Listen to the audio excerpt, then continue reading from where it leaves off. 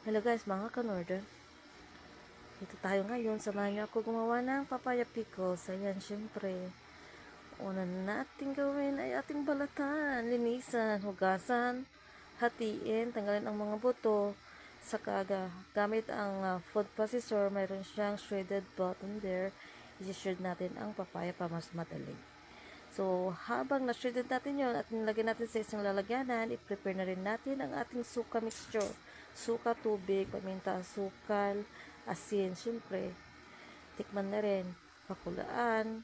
Tapos, sa isang paglalagyanan, syempre, pagsama-samahin na natin ang ating papaya, shredded papaya, carrots, syempre, may raisin yan para mayroon namang aura ang ating pickles. So, ayan. Tapos, ibuhos natin ang pinakuluang suka mixture. So, ayan. Papaya atsara na tayo dyan. Siyempre, palamigin.